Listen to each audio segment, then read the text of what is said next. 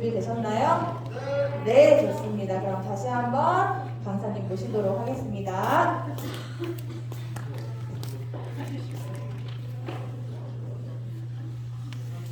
여러분들 저 쉬다 오셨나요? 네. 2부에서는 이제 글쓰기가 우리의 삶을 어떻게 바꾸는지 또 어떤 글쓰기들이 있는지 이런 것들을 준비해봤어요.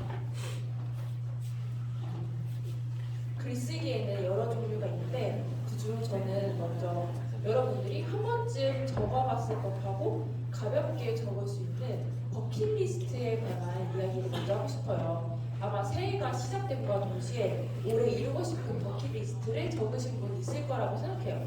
혹시 적으신 분 있으실까요? 좀 있으세요 진짜? 네. 그래서 아마 숙제로 감상문 써라. 그럼 정말 쓰기 싫은데 이상하게 버킷리스트 쓸 때 가슴이 쿵쾅거리는데요.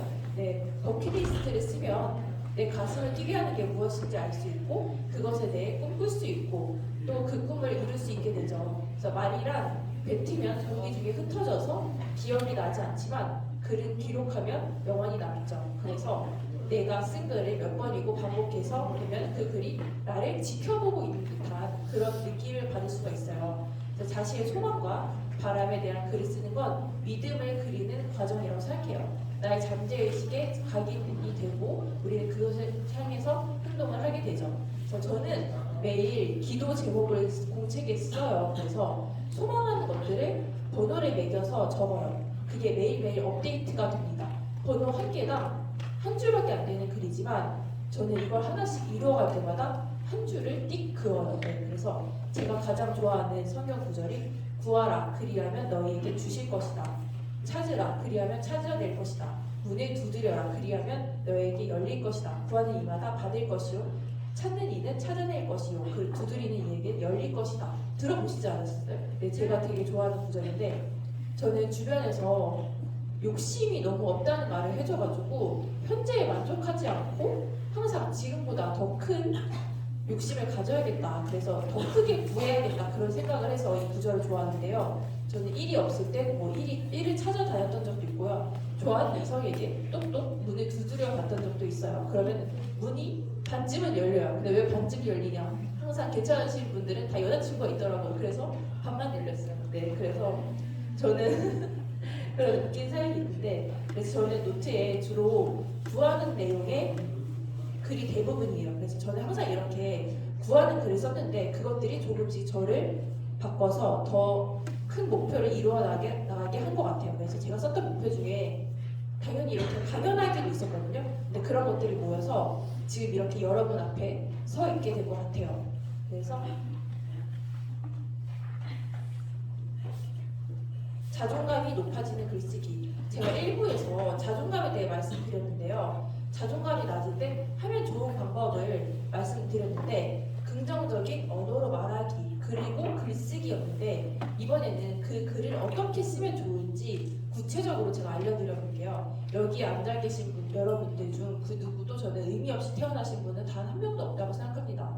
우리는 그 노래 제목처럼 다 사랑받기 위해 태어난 사람이에요. 그리고 또 존중받아야 하는 사람들이에요. 그런데 다른 사람들이 내게 하는 존중도 중요하지만 나 스스로 자신을 존중하는 게 무엇보다 중요할 것 같아요. 그게 바로 자존감인데요. 그렇다면 자존감이 높아지는 글쓰기는 어떻게 하는 건지 제가 지금 알려드리겠습니다.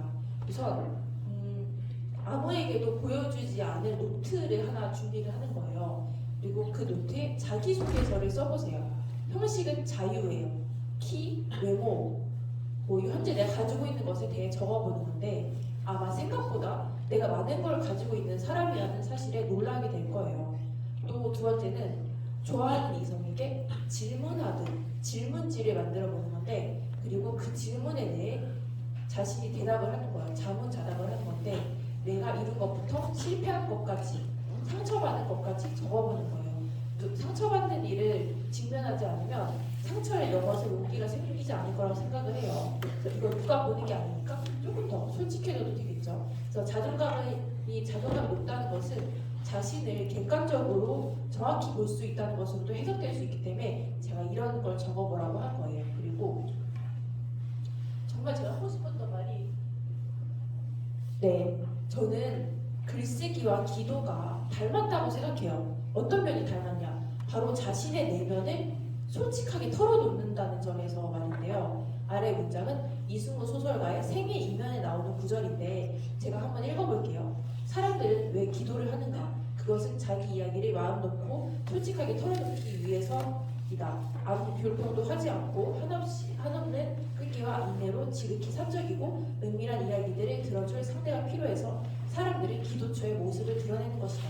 그의 글쓰기는 그러니까 기도와 같은 것이었다. 여러분들 혹시 기도 자주 하세요?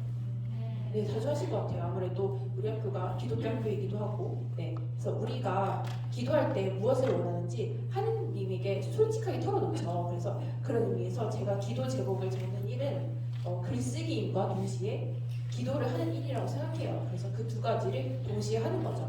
그래서 기도와 글쓰기는 둘 다 생각을 정리한다는 점이 비슷해서 생각이 많은 저에게 도움이 많이 되었던 것 같아요. 우선 말씀드리자면 저는 사실 기독교인이 아니에요.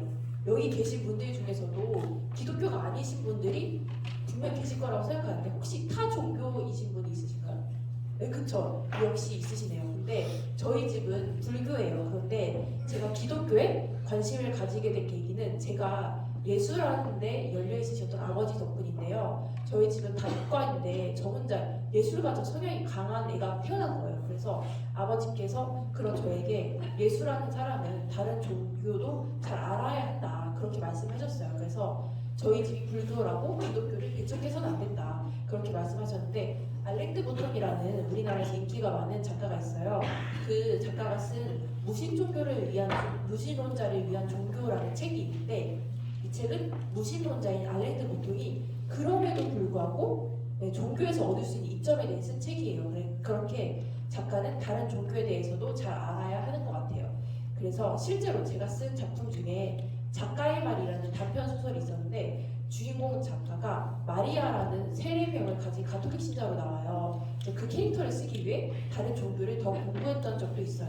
그래서 저는 글을 쓸 때 항상 기도를 하고 평소에도 중요한 일이 있을 때면 기도를 하고 또 일이 잘 풀린다고 해서 방심하지 않고 그래도 계속 기도를 해요. 이런 저의 모습을 보고 다른 사람들은 이 정도면 기독교인이 아니냐 막 그런 식으로도 얘기하는데 제가 자주 가는 단골 카페가 있는데 심지어 교회에서 운영하는 카페예요. 그래서 주일에는 커피가 할인이 돼요. 그래서 그 카페에 출퇴근한 지 벌써 제가 5년 차인데 그곳에서 많은 작품을 썼고 또 당선의 기쁨도 누렸어요. 글을 쓰다가 막히면 바로 위층에 있는 대성전으로 올라가서 기도를 하고 내려왔어요. 그리고 제가 소설이 안 풀릴 때 대성전에 가서 기도를 하면 불현듯 영감이 스쳐 지나가기도 했어요. 저는 무신론자에 가까운 불교임에도 불구하고 하느님에게 도움을 많이 받았던 것 같아요. 그래서 여러분들 중에서도 무신론자인 분들도 있고 하느님을 아직 받아들이지 않으신 분들도 있어요. 근데 여러분도 저처럼 한번 종교와 상관없이 기도를 해보세요. 저는 기도 자체가 굉장히 매력적인 일이라고 생각을 해서 종교와 크게 상관없는 것 같다는 생각을 합니다. 그러니까 종교를 믿는 것을 너무 부담스럽게 생각하지 마시고 시간이 되실 때 이런 작은 것들을 시도해 보셔도 좋을 것 같아요. 그리스도인에게 작가가 된다는 것은 창조주가 그리하셨던 것처럼 창조의 의미를 뜻한다. 이 구절은 글 쓰는 그리스도인이라는 책에서 제가 인상 깊게 읽었던 구절인데요. 흔히 글을 쓰는 사람들을 글짓기를 집짓기에 비유하는데 작가는 그래서 목수나 다름이 없어요. 아직 존재하지 않았던 새로운 건축물을 짓는 건축가나 목수와 같이 작가도 새로운 우주를 설계하고 창조하는 일을 해요. 그래서 작가가 만들어낸 세계 또한 또 하나의 우주라고 생각을 합니다. 작가도 자료를 모아서 이제 어떤 지을지 결정을 해야 하는 것처럼 어떤 장르를 쓸지 또 구성을 어떻게 할지 뭐 그런 것도 다 정해야 되고 어떤 걸로 채울지 뭐 손잡이는 어떤 걸로 할지 작은 것들부터 큰 것까지 나무 재료는 뭐 오동나무로 쓸 건지 하나하나 정해야 되는데 그런 게 결정나면 본격적으로 집 짓기에 들어가죠. 그래서 추가하기도 하고 빼기도 하면서 하나의 완성물을 만들어가요. 이런 과정이 목수의 과정이라고 보면 그래서 작가도 마찬가지라고 생각해요. 그래서 목수가 이제 새로운 없던 건축물을 만드는 것처럼 작가도 새로운 우주, 새로운 세계를 만들어가는 것과 같습니다. 그래서 작가는 새로운 이야기를 지어서 새로운 등장인물을 만들어내죠. 그 안에는 우리와 같은 우주가 들어있다고 생각을 합니다. 네, 리처드 포스터는 영적인 삶을 살기 위한 훈련으로 묵상, 기도, 금식, 고백 이렇게 내놓았는데 근데 저는 하나 더 추가하고 싶어요. 바로 글쓰기. 모든 글쓰기가 영성적 차원을 가지고 있지만 유독 그런 장르가 몇 개 있어요. 바로 자서전, 기도문, 그리고 일기라고 생각을 해요. 그럼 그것들은 어떻게 쓰면 되는지 한번 보실게요.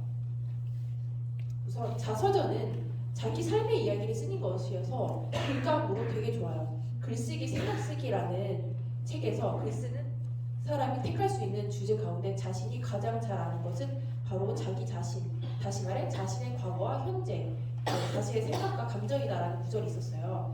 자기 이야기만큼 쓰기 쉽고 편한 주제가 없다는 말이죠. 그래서 하지만 자서전을 쓸 때 주의할 점도 있어요. 네, 자신을 합리화하려고 할 수도 있거든요. 우리가 예를 들면 나의 약점은 최소화하고 장점만 과대 포장하고 그럴 수도 있어요. 그러면 자기가 생각하는 것보다는 자기가 살아낸 것에 적으면 되겠죠. 그래서 또 다른 어려운 점은 누가 내 인생에 관심을 가질까? 네, 괜히 비웃음을 사지 않을까? 그런 걱정이에요. 그러나 내 실패에서 내가 배웠듯 다른 누군가도 배울 거라고 생각을 해요. 여러분들이 아직은 엄청 오래 사신 건 아니지만 짧은 인생에서도 친구 관계든 학업에서든 시행착오를 겪어보셨을 거라고 생각을 해요. 그래서 저는 여러분의 삶이 충분히 자서전을 쓰기에 가치 있다고 생각을 해요. 그래서 자서전을 쉽게 쓰는 또 하나의 방법은 회고록을 쓰는 건데요. 자서전이 인생 전체를 기록하는 반면 회고록은 특정한 사건과 시간에 집중하는 글이에요. 그래서 어린 적 경험, 학창 시절, 독서 경험, 연애, 부모나 선생, 친구와의 관계 등 자신에게 많은 영향을 끼치는 사람이나 사건을 적어보는 건데 그 자체만으로도 기록할 가치가 있고 나중에는 자서전의 일부로 넣으면 됩니다.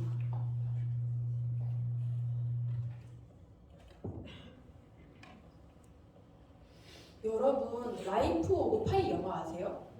보신 적 있으시죠? 네, 이 영화는 캐나다 소설가인 얀이 중년이 된 주인공 파이를 인터뷰하면서 시작이 됩니다. 그리고 얀은 파이에게서 한 편의 동화 같은 이야기를 하나 듣게 되는데 제가 갑자기 라이프 오브 파이 이야기를 하는 이유는 이 이야기를 들려주는 게 영화의 전반적인 내용이어서 이 형식도 회고록이라고 볼 수 있거든요. 게다가 라이프 오브 파이는 영성 문학이자 영성 영화이기도 하기 때문이에요. 그래서 이게 원래는 소설이었어요. 그 소설의 줄거리를 간략히 말씀드리면 주인공 파이는 인도 동남부에 자리한 폰디체리에서 어린 시절을 보내요.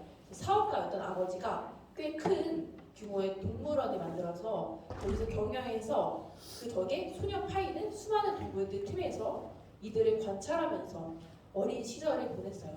특이한 건 이 파이가 종교적 감수성도 굉장히 예민했다는 점인데요. 어린 소년이었지만 신에 대한 목마름과 사랑을 가지고 있었어요.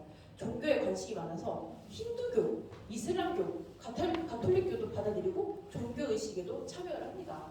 그래서 각 종교의 신들을 모두 예배하고 사랑을 해요. 네, 그런데 인도의 정치적 상황이 나빠지면서 사업에 위기감을 느낀 파이의 아버지가 동물원 문을 닫고 캐나다로 이주를 하기로 결정해요. 배에 동물들을 잔뜩 싣고 출항하는데 얼마 지나지 않아 배가 태풍을 만나서 난파가 돼요. 그래서 결국 가족이 다 죽고 파이만 남아서 구명보트에 올라요. 그래서 벵골 호랑이와 파이만이 구명보트 안에 같이 타 있는데 이렇게 해서 파이가 멕시코 해안에 닿아서 구조될 때까지 호랑이 리처드 파커와 함께한 227일간의 기적적인 표류기가 펼쳐집니다. 이 영화를 만든 리안 감독은 관객들에게 이 영화가 신이나 종교에 대해 깊이 생각할 수 있는 계기가 되었으면 좋겠다고 했어요. 대부분의 사람들은 이 영화를 단순 모험 이야기, 판타지 영화로 보셨을 거예요. 근데 이 영화를 보면서 작가나 감독처럼 이 이야기가 궁극적으로 신과 영성, 생명을 주제로 하고 있다는 것을 깊이 깨달은 사람은 그렇게 많지는 않을 거예요. 이 영화를 본 사람 중 몇이나 신을 보았을지 저도 궁금한데 리처드 파커라는 호랑이를 보고 식욕이 왕성한 그냥 호랑이가 잡아먹으려 하는 본능밖에 없는 것 같지만 실은 호랑이를 통해서 신의 은총, 인간이 쌓아올린 모든 담을 뛰어넘는 초월의 상징, 영성의 상징을 발견했다는 그런 평도 있었어요. 이런 평이 남긴 분들은 굉장히 예리하신 분들이거든요. 그래서 제가 하고 싶은 말은 영성문학이라는 게 이렇게 어려운 게 아니라는 걸 말씀드리고 싶어서 잠시 파이 이야기를 해봤어요. 영성문학에도 한번 관심을 가져보시면 좋을 것 같아요. 이렇게 생각보다 색채가 강하지가 않답니다. 그래서 네, 그럼 저는 자서전을 어떻게 쓰는지 이번 해봤으니까 이번엔 기도문에 대해서 한번 해볼게요.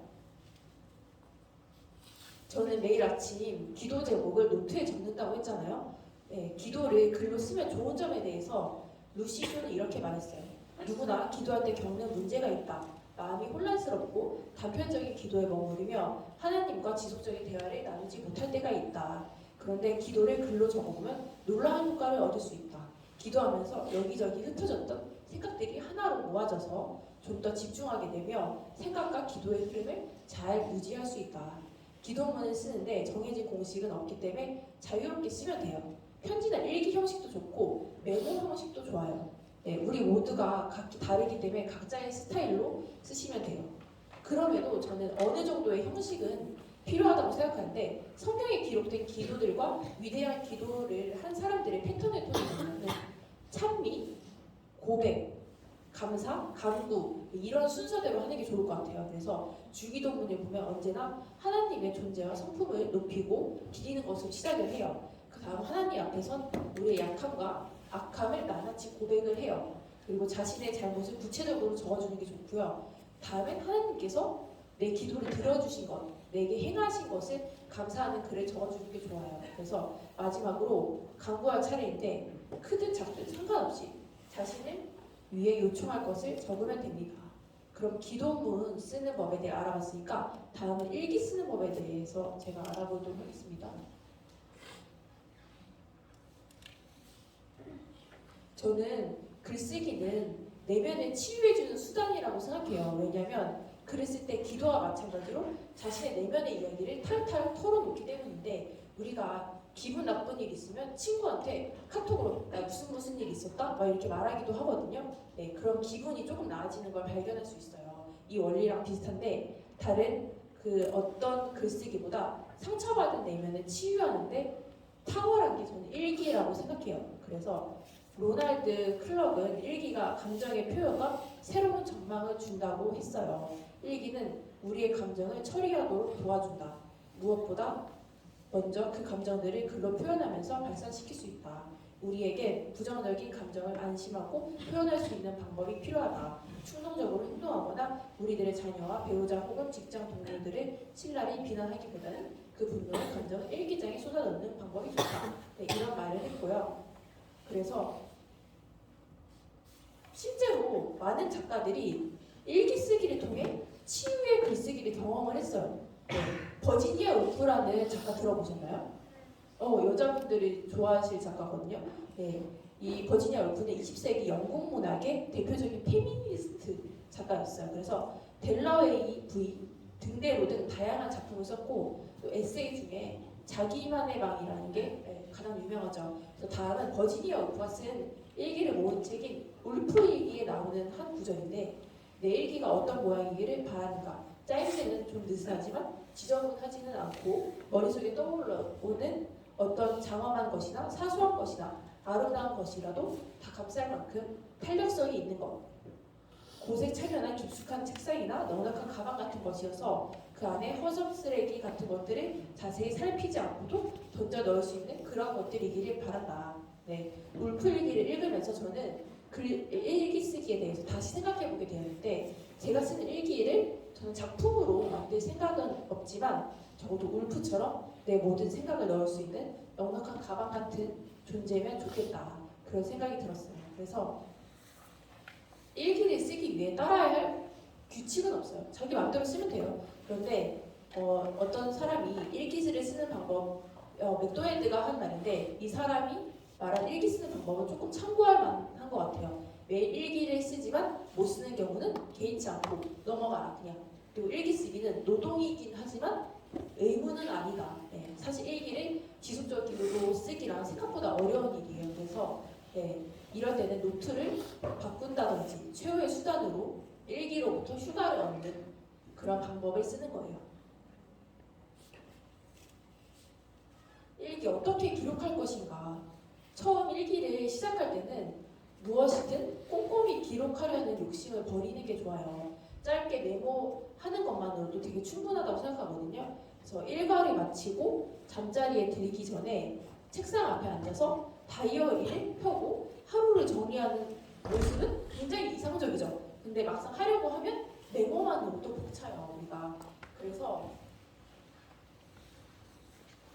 처음에 간단하게 짧은 메모부터 시작을 하는 게 좋을 것 같아요. 어떤 일이 일어난 시각, 누굴 만나, 무엇을 했는지 그 정도만 기록하면 어렵지 않아요. 여기서부터 조금씩 이제 자신만의 스타일을 만들어 가면 돼요. 짧은 메모에 살을 붙이는 건데 기록한다는 게 중요해서 형식에 구애받을 필요가 없습니다. 다음은 육하 원칙에 따라 쓰는 건데 이렇게 하면 정보의 가치를 조금 더 높일 수 있겠죠. 육하 원칙을 살리면 무엇을 써야 하나? 갖춘 문장은 어떻게 만들어야 하나 하는 그런 부담감을 크게 줄일 수 있을 것 같다고 생각해요. 또 다음은 감정과 생각을 담아인데 사실 사실만 나열하면 건조할 수 있으니까 감정과 생각을 덧붙이는 게 좋아요. 그런 풍부한 글이 되겠죠. 일기는 성찰의 기록이니까 자신의 감정과 생각을 솔직하게 써주면 돼요. 그러면 일기를 쓰면 무엇이 달라질까요? 우선 제가 생각하기에 나를 찾는 즐거움이 생기고 글 쓰는 힘이 자라는 게 느껴질 거예요. 일기를 쓰면 우리가 잠시라도 생각하고 답하는 자신만의 시간을 갖는 거잖아요. 그래서 나를 돌아볼 수 있게 되는 거죠. 일기는 자신의 내면을 드러내고 지킬 수 있는 가장 자유로운 글쓰기라고 생각을 합니다. 일상과 사건을 관찰을 하고 내일이면 잊힐 것을 기억하고 만났던 우리 인상과 오르내렸던 감정들을 나만의 방식으로 매일 또는 가끔 그런 식으로 기록하는 행위라고 생각해요. 그래서 일기를 쓸수록 자신의 내면에 집중을 할 수 있게 되고 삶을 객관적이고 전체적으로 바라볼 수 있는 힘이 생긴다고 생각하는데 가장 극적으로 체감할 수 있는 일기 효과는 바로 글 쓰는 능력이 향상된다는 점이에요. 그래서 공적인 형식의 글쓰기들은 이런저런 사람들을 요구하면서 글 쓰고 싶어하는 욕구를 억제하거나 심지어 완전히 짓밟아 놓기를 수인데 그 중 하나가 여러분들이 앞으로 이제 대입하실 때 쓰실 자기소개서 그런 것들 때문에 글 쓰는 흥미를 잃을 수가 있어요. 그래서 그러나 일기는 사적인 공간에서 매번 새로운 페이지를 넘길 때마다 진정한 의미의 가능성이 새롭게 열리게 된다고 생각해요. 그래서 많은 유명한 작가들이 사실은 일기를 쓰면서 시작을 했어요. 그래서 그분들은 일기를 쓰면서 문장을 가다듬었고 또 아이디어를 떠올렸고 작품의 일기가 될 장면을 미리 묘사해 두었어요. 그리고 편지 쓰기. 요즘은 손편지를 쓰는 분들이 별로 없죠. 그렇죠? 그래서 손편지가 더 귀하게 느껴지고 손편지를 받았을 때 그 감동이 더 배가 되는 것 같아요. 저는 꼭 편지지에 써야지만 편지라고 생각 안 해요. 그래서 쪽지나 메모, 심지어 이메일과 휴대전화, 문자까지 편지에 해당된다고 생각을 해요. 저는 짧은 메모 하나도 큰 힘을 발휘할 수 있다고 생각해요. 그러니까 우리는 자신이 알게 모르게 상대방에게 편지를 보내고 있는 셈이죠. 다음은 헨리 나우엔이라는 사람이 편지에 대해 한 말인데 제가 한번 읽어볼게요. 훌륭한 편지는 고통받는 사람의 하루를 뒤바꿀 수 있고 원한의 감정들을 몰아내기도 하며 마음에 미소와 기쁨이 있도록 만들 수도 있다.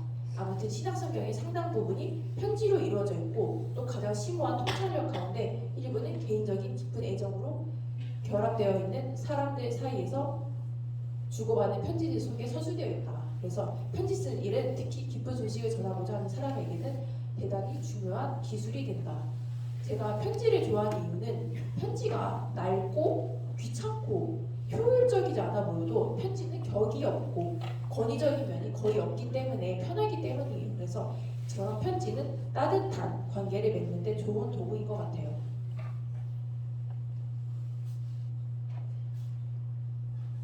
메모하기. 책을 읽을 때 그냥 읽기보다 메모하면서 읽는 게 더 좋은데요. 메모는 책을 제대로 읽게 해주고 글을 쓸 때 절실한 재료가 되기도 하기 때문이에요. 굳이 메모를 해야 하는 이유 몇 가지가 있는데 첫 번째는 우리의 기억력을 믿을 수가 없기 때문이에요. 책을 읽고 이거 정말 좋은 내용이니까 나중에 써먹어야지 하고 나서 신나서 뭐 생각할 수 있어요. 그런데 그렇게 귀한 내용을 적지 않으면 까먹게 돼요. 그래서 두 번째는 또 메모 자체가 훌륭한 글쓰기 연습이 되기 때문인데 메모는 즉흥적으로 순간순간 떠오르는 단상과 감상을 술술 적은 거잖아요. 그래서 이 번뜩이는 메모들이 모으면 한 문장이 될 수도 있어요. 네.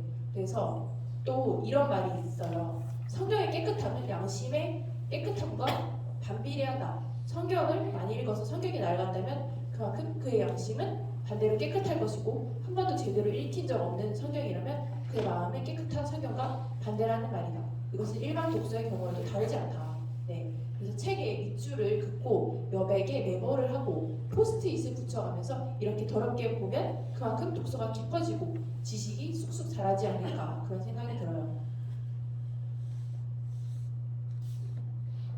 퇴고가 뭔지 아시나요 혹시?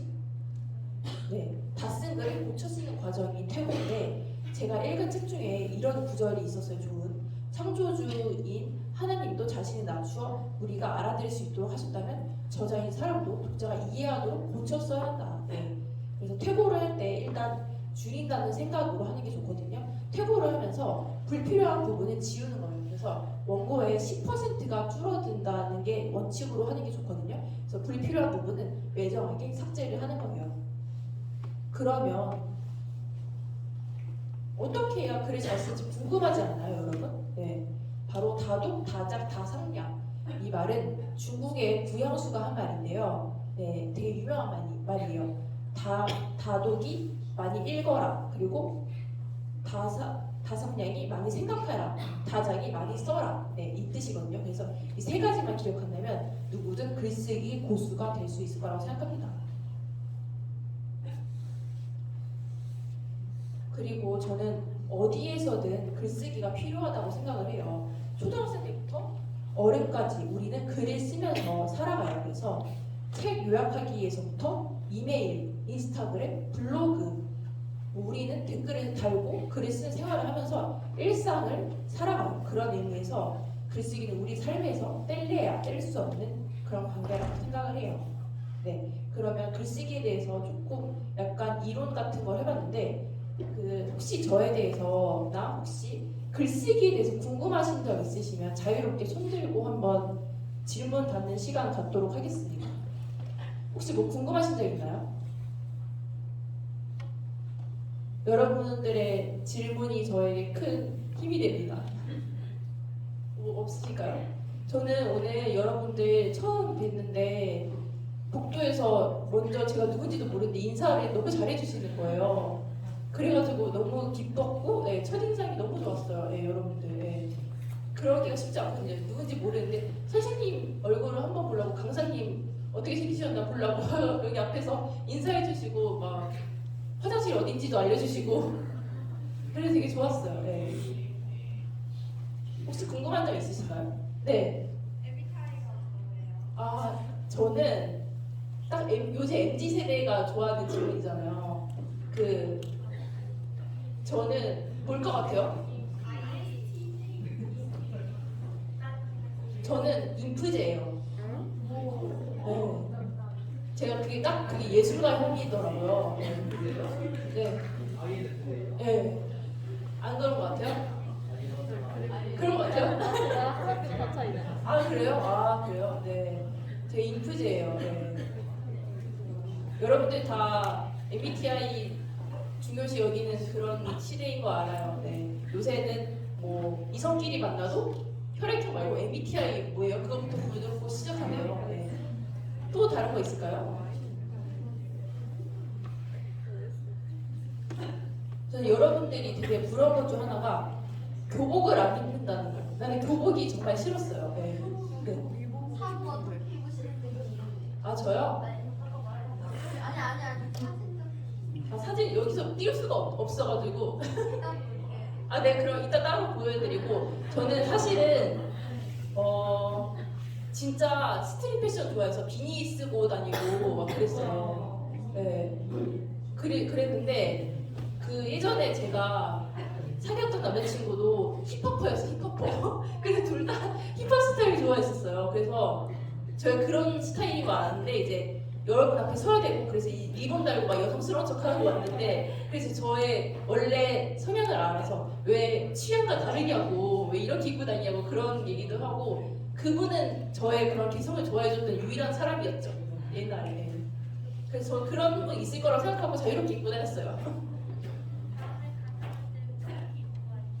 진짜요? 그래도 될까요? 여기는 가능할 것 같아. 여러분들, 네, 여러분들이 나를 자유롭게 해주는 것 같아 더. 또 있을까요?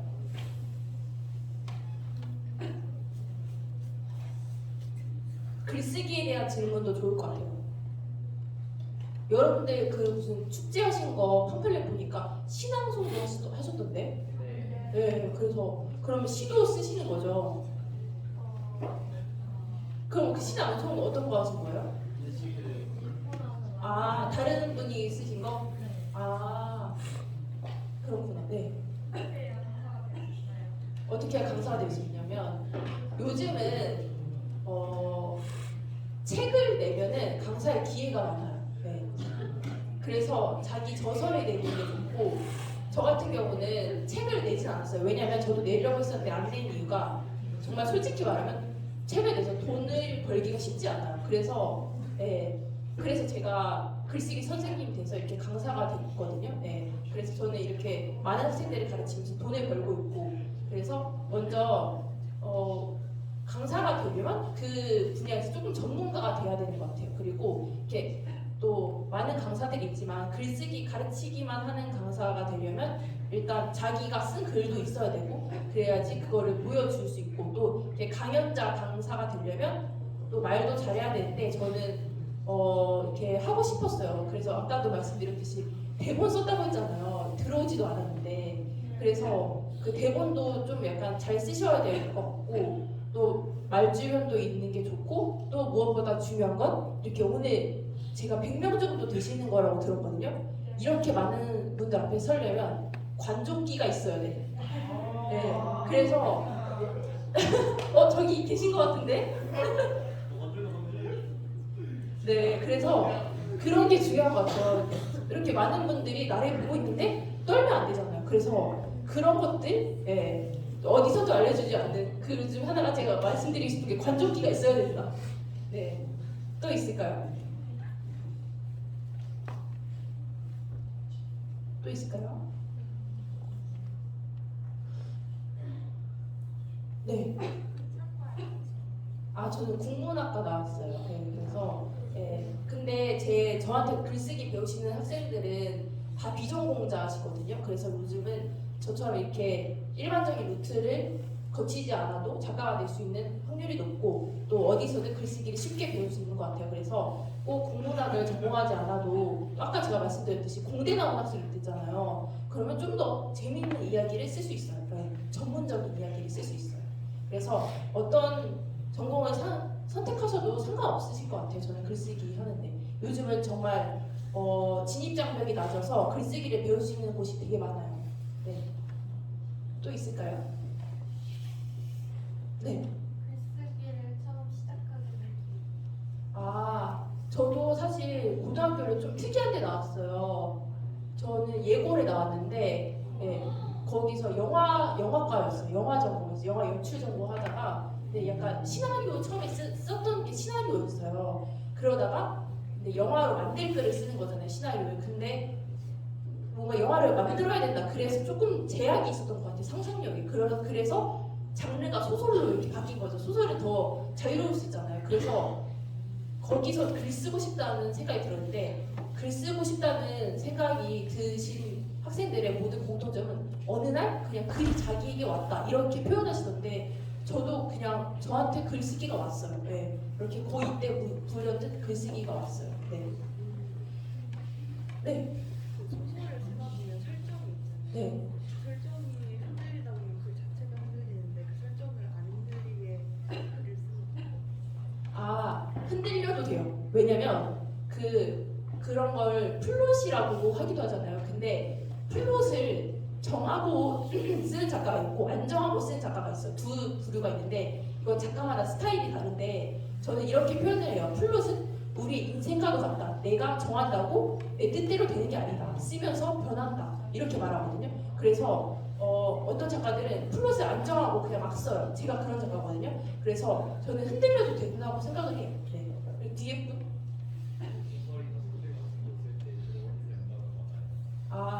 저는 사실 가장 영감 받기 쉬운 게 독서라고 생각을 하거든요. 네.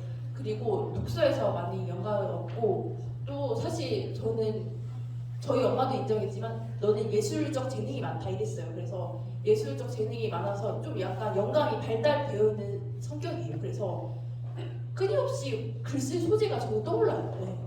저는 좀 그런 이유가